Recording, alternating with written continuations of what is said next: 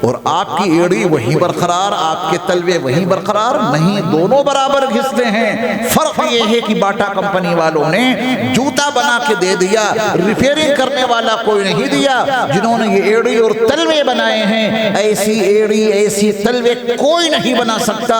انہوں نے بنائے ہیں، یہ جتنے گھستے ہیں اتنی ہی اس کی وہ ہر وقت ریپیئرنگ کرتے رہتے ہیں، کیونکہ وہ ہمارے رب ہیں، ان کی ربوبیت ہمارے ساتھ میں ہر وقت شامل ہے۔